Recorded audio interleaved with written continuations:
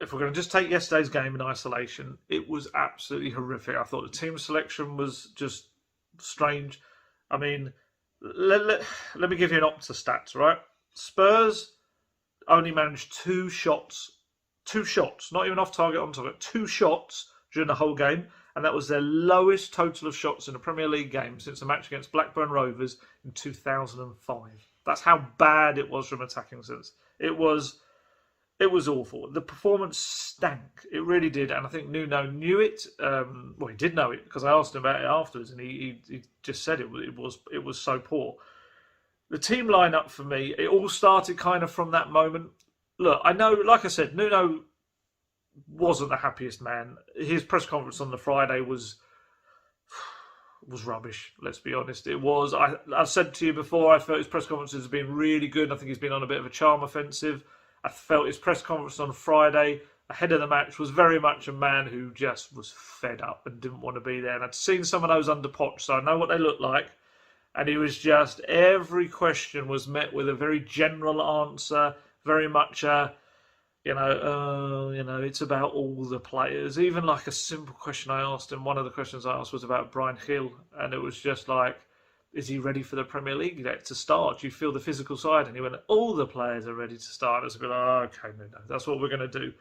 And I just kind of felt almost like that whole attitude just permeated throughout this performance. There was always a bit of woe is me, where we're beaten, but we're not going to win almost before it started. I felt the team lineup hugely reflected that. I'm sorry, but there's no game where you should need Harry Winks, Pierre-Emile Højbjerg and Oliver Skipp all in the same lineup. You just shouldn't.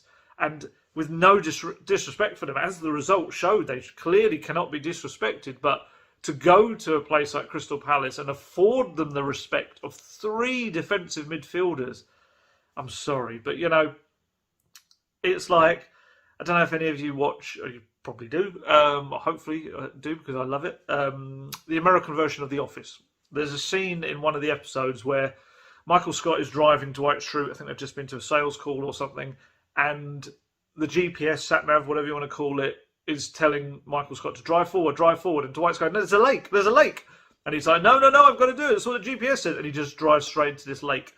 And that's kind of what this team lineup felt like. It was like, we all saw before the match, just like, really? Where's the creativity coming from? What? And it was almost like Nuno saw it. I asked him afterwards, I said, were you concerned about the creativity? And he said, yes, it was a big concern. And it was a bit like, you picked three defensive midfielders. And I'm just wondering if that was his Michael Scott moment of, I've got to stick to this, I've got to stick to this. Oh, no, the lake. And it was a bit like, just what is happening? It was so bad, and just not to change it at all. I'm just wondering whether, I think, in trying to understand the formation, I looked at it and I was thinking perhaps the idea is that the fullbacks then get freed up, and they get to, you've got two attacking fullbacks in Emerson, or, Emerson his reputation in Spain is maybe more defensive, but certainly Nuno sees him as an attacking fullback. And you've got Regal on the other side. So my thinking was, okay, so what he's doing is he's going to allow those two players to essentially be wingers and try to pin back Zaha and, get up the pitch. And it was Skipp in the middle and Højbjerg on one side and Winks on the other. And then Højbjerg and Winks would cover for the two fullbacks who would then become wingers. They'd be able to get right up there, pin them up, essentially act as wingers to provide the width for then, Kane, Kane, Lucas and Ali in the middle to profit from the crosses. It just didn't happen. The fullbacks were dreadful going forward. Absolutely dreadful. The worst I've seen Reguilon go forward. I'm going to talk about his defending a little bit later, which I felt was a little bit different, but his attacking, his ball distribution, his decision-making was horrendous. And Emerson, again, we're going to talk about him a bit later, so I won't go too much now. But essentially the fullbacks just did nothing of what would have made maybe that system work. It was just dreadful. I was trying to understand the logic of bringing Harry Winks in ahead of, let's say, Brian Hill or Tanguy Ndombele. And I was trying to think, I wonder when it comes to Ndombele, whether he just thought to himself, look, Ndombele wanted to leave the club. Harry Winks didn't, despite interest in him, I feel I maybe owe it to him to play him. Like to send a message to the squad that, you should be rewarded for wanting to be here. But even that, it's for me, it's about making a decision that's best for the team, not best for sending a message, if you see what I mean. Do you know what I mean? I just wonder whether there was a stubbornness in the team selection, which I hope. Look, I'm hopeful that this was just a blip, and it was a match where circumstances conspired to a degree. Manager just made a bad decision with the team lineup, and then not changing it at the game, or kind of, I suppose, in some aspects, being forced into changes that weren't the ones he wanted. But I just felt, especially, you know what I think about Ndombele, and I just can't see how you could look at that match and not feel that either Hill or Ndombele would have changed it for the better. And I'd say from the starting lineup as well. It was like a team that was set up to work hard when you didn't need that many workers. You needed someone with a bit of oomph, a little bit more to their game.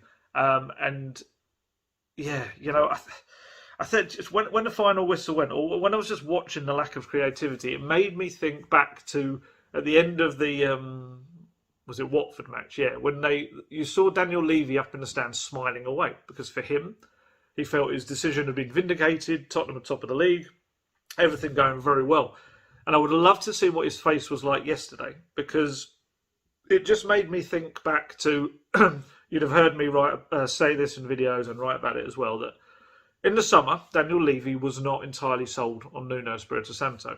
There was a fear that, and obviously it was prevalent on social media last night, that Nuno was potentially a Mourinho 2.0, but obviously without the silverware.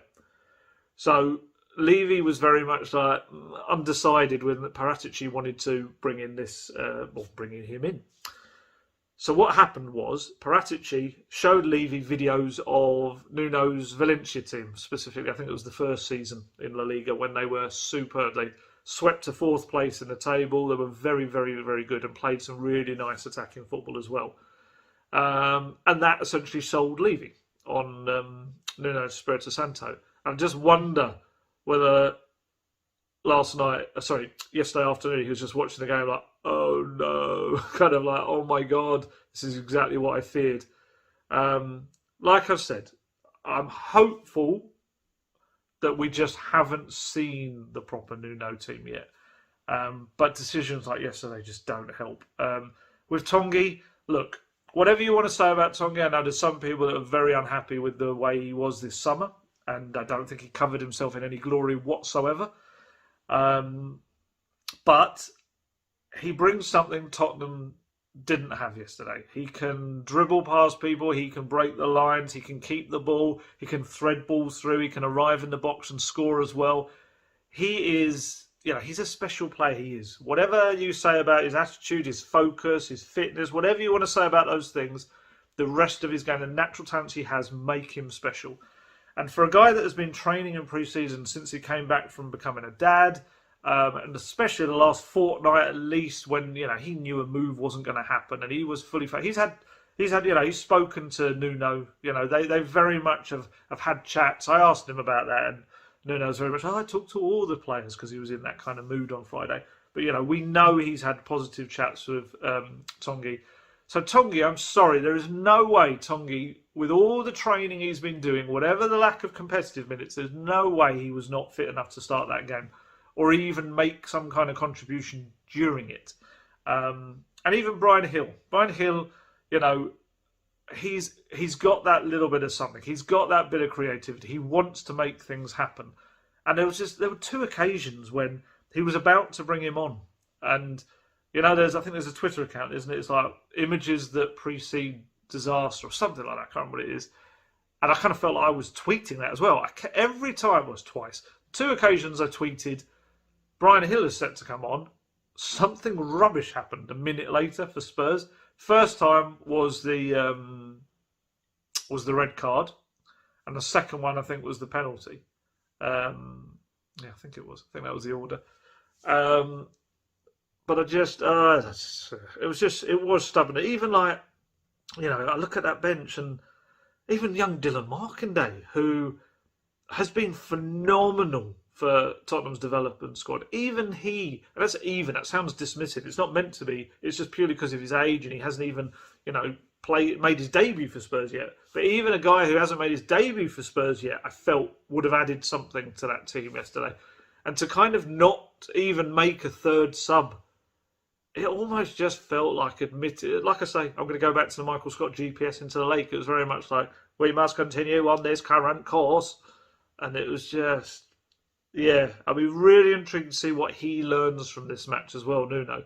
I think he's got a right to be disappointed with some of his players, but I think in terms of his decision-making as well, I'd hope that he will learn because, let's put it this way, if Spurs play anything like that against Chelsea at the Tottenham Hotspur, what will probably be a full Tottenham Hotspur stadium, the atmosphere is going to be horrendous.